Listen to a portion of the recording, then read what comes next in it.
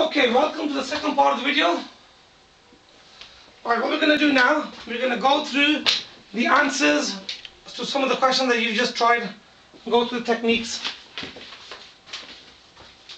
Okay, which numbers have you tried, Samia? Which ones have you? Odd number questions? I done all of them. First I done odd, then I done lots. Okay, we're just going to do a couple of sample questions from the exercise 2B. So exercise 2B was that exercise there. Hopefully you can see it. Just trying to focus. Okay, here we go. Nice easy one first of all, root 8. Where's the markers on?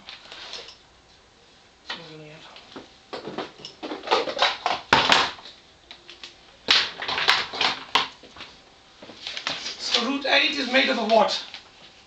Root 8 is made up of 4 times by 2.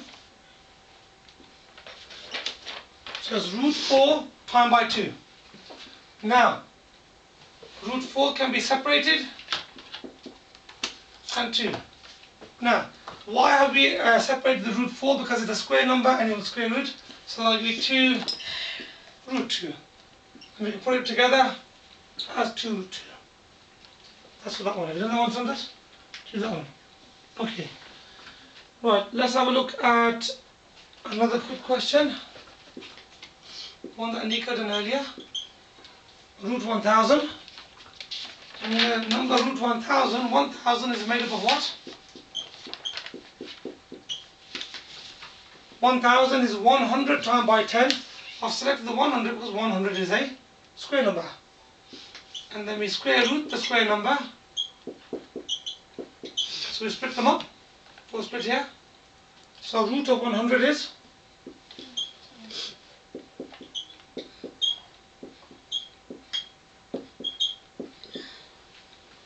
10 root 10. Okay, we happy with that? Okay. Is there anything one you want to have a look at? Should we look at root 192? Done that one? Okay. Now root 192, we need to think about what are the square numbers in that. So for that we have to go back to our techniques of splitting it up into its prime factors. So we have to do the divided by 2, which will give us what? 96.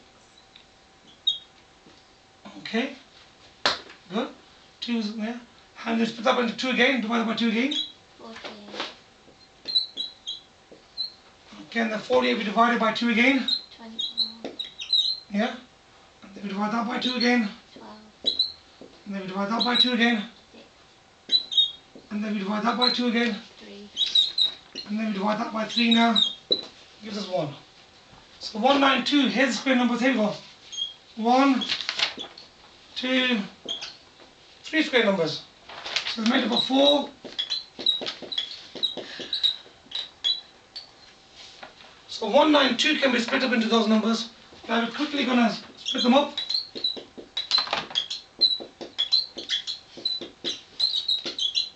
Splitting them up into, I'll give you root of 4 is? 2. Root of 4 is? And I'll give you, now if you are doing this course, you should have something like this minimum. A Casio FX 85 GT Plus, something like this. It's called natural display. A calculator like this, when you put this calculation here, it will actually automatically give you that. It's one of the only calculators that does that kind of facility, where you can put in surds and it'll actually simplify for you. You couldn't do that before this technology came out. So, okay, happy with that one? Okay, that's the answers now for the, just come the questions from exercise 2B.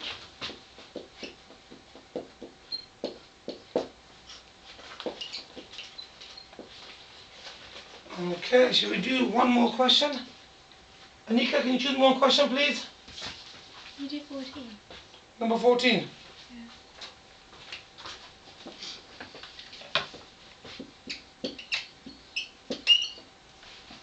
So that's root 448 divided by 4. Okay? Now, 448, we have to give it the prime factorizing treatment. So I'll just put the number 448 right here. So I need to divide by 2. What's half of 448? 224.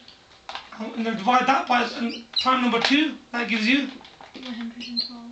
And then divide 112 by another 2. 56. And then divide 56 by another 2. 28. And then divide 28 by another 2. 14. Divide 14 by another 2. 7.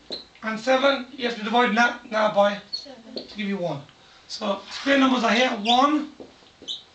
2 times by 2 is 4. 2 times by 2 is 4. So we've got a similar situation here.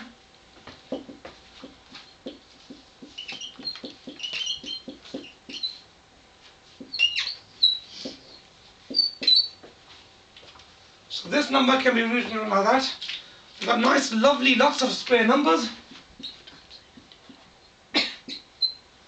Okay, if you want to, so now we can split it up again.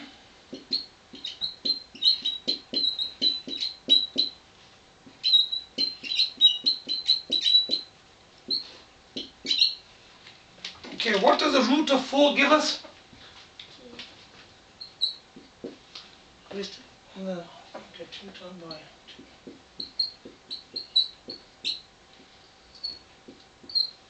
Okay, I think we're running out of both space one.